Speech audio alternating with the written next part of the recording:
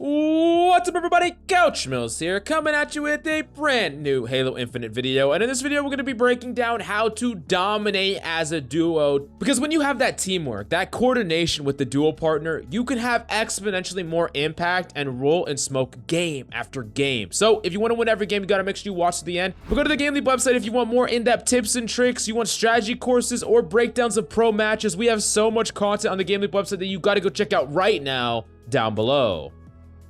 Now, the first tip, and probably the most important tip that you need to be incorporating when you have a duo partner, is concise and direct communication. It is incredibly important that you are relaying to your partner exactly what they need to know to have the best chance of getting that kill or helping you get that free trade. The first thing that you need to be doing is pinging often. Assign the ping button where you're going to use it often, and ping not just for your duo partner, but for your team as a whole. Just calling out random calls like, oh, they're high ground, oh, they're underneath, oh, they're around the corner. Your ally doesn't really know what you're talking about. You have to be far more specific, and it's better to always ping and consistently ping. On top of that, you're going to learn a lot of the real callouts for things. Now, next up, it's very important to be specific about how weak someone is. I know you've heard it before, and you've probably done it before. That person is one shot. That person is weak. Your teammate runs around the corner 1 HP instead of waiting to heal, only to meet an enemy that is near full, and they lose the freaking fight. I think a general rule of thumb is you can just say tagged if you did a little bit of damage to someone. You could say weak if they're almost cracked or broken shield.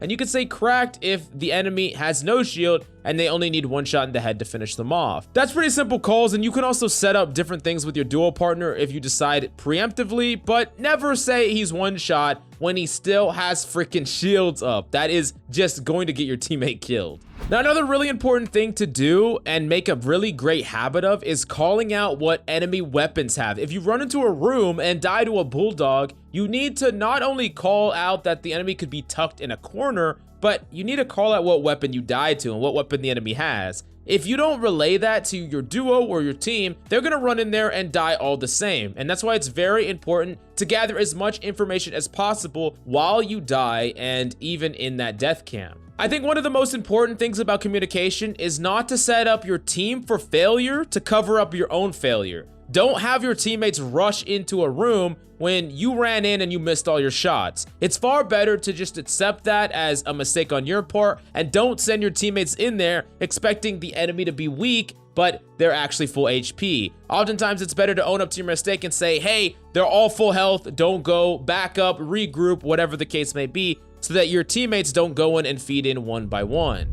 Now, the next big strategy that you can really incorporate if you have a duo partner, and I know a lot of you are going to be like, where can I find a duo partner? Well, the GameLeap Discord down below is a perfect place to reach out. However, one of the things that you need to abuse when you have a duo partner is abuse the lack of enemy teamwork. The enemies individually might be really good, and that is something that it's difficult to overcome as a solo. But as a duo, there's so many other strategies that you could incorporate when the enemy doesn't have any teamwork or cohesion. The first thing is contesting weaponry and items. If you make a beeline plan for a power weapon or a power item and you have a strategy right off the bat, you can not only go for something, but you can have an ally protect you. A great example of this is like on the map Bazaar. You could have someone beeline to the overshield and have someone go to the high ground set up to either cover or trade the person that's going down below. If enemies peek out over top trying to contest the person grabbing overshield, you're gonna pepper into them and force them to back up, or if they commit to the overshield guy, the overshield person is gonna get the call out from the person up heaven, and they're gonna be able to turn, do as much damage as possible so that the person that is on the high ground could drop down and get the trade off. This is something that you can do right off the bat and really take advantage of the slowish nature that often happens when people aren't confident that they aren't getting backup, when people don't know if their teammates are following them or helping them out. And you can really abuse this as a dual partner, and it's something that I highly suggest you do each and every time.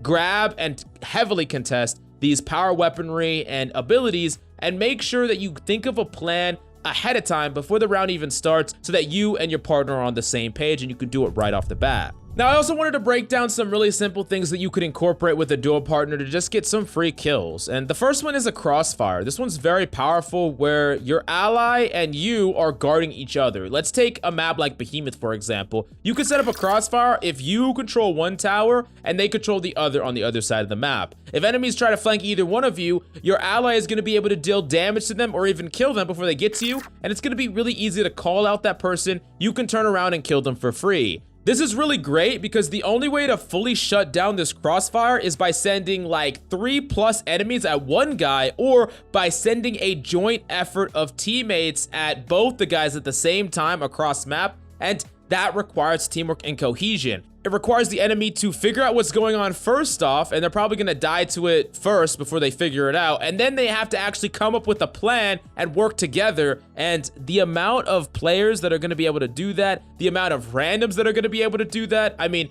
have you ever solo queued? Have you ever been able to pull something like that off? Yeah, it's not going to happen. And unless the enemy kind of do the same things that you're doing, you're going to get a lot of free value and win fight after fight. Now, speaking of getting a lot of free value, one of my favorite things to do is baiting enemies. It's a great way to get some free kills, and you can do this in one of two ways. You can do this baiting enemies to chase, or you could do this baiting enemies to stay while you have a person flanking. Now, let's talk about the chase first. What you can really do that is amazing is have an enemy chase you. So this is where you do a little bit damage to them, and sometimes you even let the enemy do a little bit of extra damage to you, and you start backing up. You're taking a few shots, you're backing up, taking a few shots, you're backing up, and maybe even in front of them, you turn your back and you start running away, and the enemy's like, hey, there's an opportunity for me to push. I'm gonna run through this door, and guess what? You have an ally right on the other side of the door with a goddamn mangler. Just shot, melee, free freaking kill. And the entire time you knew that you weren't actually in any real danger. You were just trying to constantly pressure out the enemy to bait them into chasing you, to make them think that you were showing weakness and that they could come in and push you. But in reality, you had your ally set up right by the door, ready to get that free kill the moment the enemy thought that you were weak and pushed through it. Now, a very similar thing that you can actually do is actually keep poking at an enemy on the high ground when you have an ally flanking. Especially when you're firing at them and they're firing back at you, you're peeking out of like the high ground little frames and you're firing back and forth, back and forth. They're not going to hear an ally sneaking up behind them. And if you see an ally sneaking up behind them, or your ally is sneaking up behind them, they can call it. You're going to keep firing. You're basically not trying to do anything here. It doesn't even matter if you do any damage at all. You can peek out of the door and just fire randomly in their direction. It doesn't matter as long as you keep the enemy focused on you. Make sure that the enemy is not resetting or looking around or paying attention to their surroundings, because then your ally is going to get behind them and finish them off with an easy melee. So that's something that you can definitely incorporate in your games, and it's going to get you some free kills, especially in a duo.